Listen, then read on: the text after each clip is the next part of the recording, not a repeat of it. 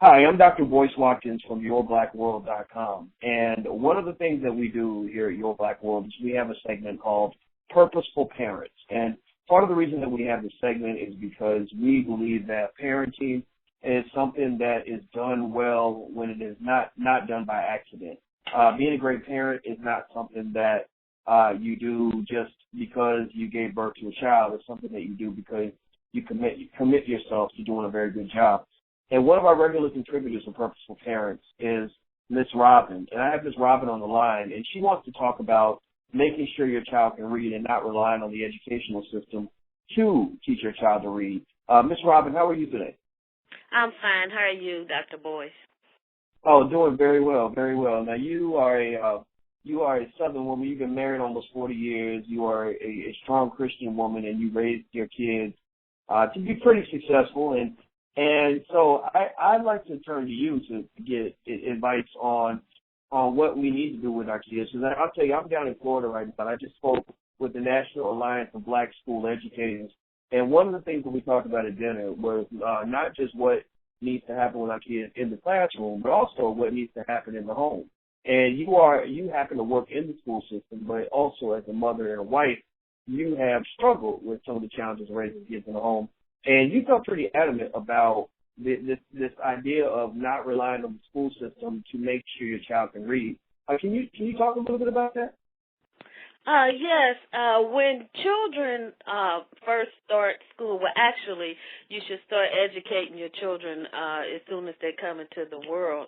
It's important that parents read to their children daily, but once the kid starts school, you want to make sure that they can read yourself. You want to verify what the services that you're thinking that you're getting from the school system. Example, a first grader, you want, when she comes home from school every day, you want to review the alphabets or whatever it is that she's learning, her spelling words, and make sure that she is actually learning what the school tells you that she's learning. Also, have your children read out loud to you.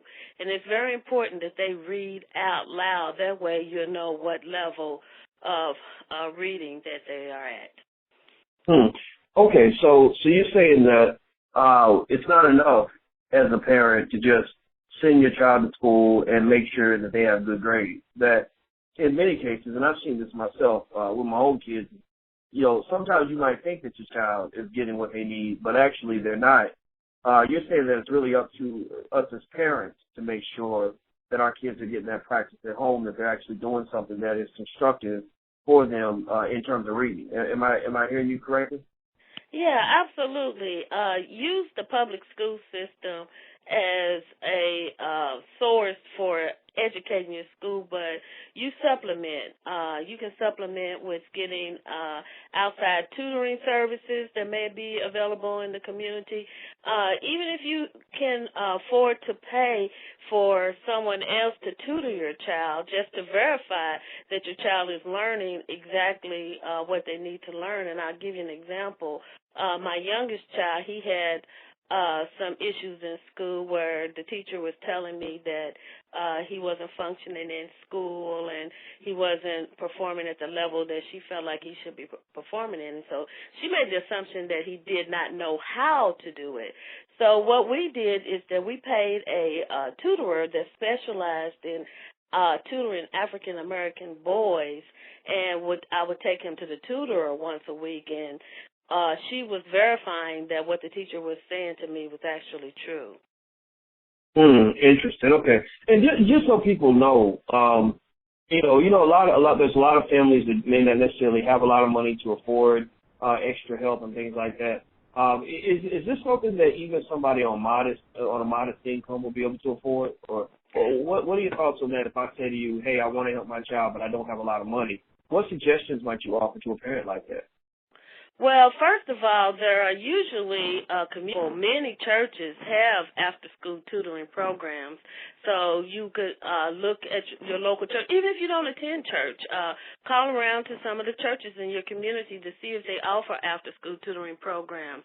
And then also, if you can afford tutoring, which We can, really, if we look at our budget. Look at the money that we may be spending on tennis shoes, cell phones, other things, and that could be an avenue to, cut back, sacrifice a little bit on those type of things, our cable TVs, our movies, things that we typically spend money on and spend it on tutoring. But there are lots of free tutoring programs. Some of the schools even have after-school tutoring programs. Okay, so what you're basically saying is that, when you look around and you see people that are spending money on the latest Air Jordans, that are going out and buying the flat screen TVs, that are really spending money on things that they don't need, that we also want to make sure we invest on the things that we do need when it comes to getting our kids what they need. Am I right about that? Absolutely, absolutely.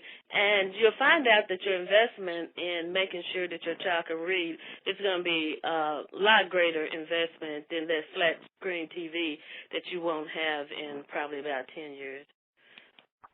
Okay, but hopefully we will have our kids for more than 10 more years. So, the TV you may not have, but the child is going to go into adulthood either reading or not reading. That's my point. Okay. That's a good point. I tell you, raising a child who can't read is a very bad investment, because then that child's going to be asking you for money for the rest of their life. So I tend to agree with you on that. Well, I want to say thank you so much, Ms. Robin. Ms. Robin is one of our leading contributors for PurposefulParents.com, and she is part of our army of parents that are determined to make sure that our children are getting what they need and that they become who we want them to become and who they're capable of becoming. So I want to say thank you so much for your time, Ms. Robin. Thank you very much. Thank you, and thank you all for checking us out at yourblackworld.com. And until we meet again, please stay strong, be blessed, and be educated. We are gone. Peace.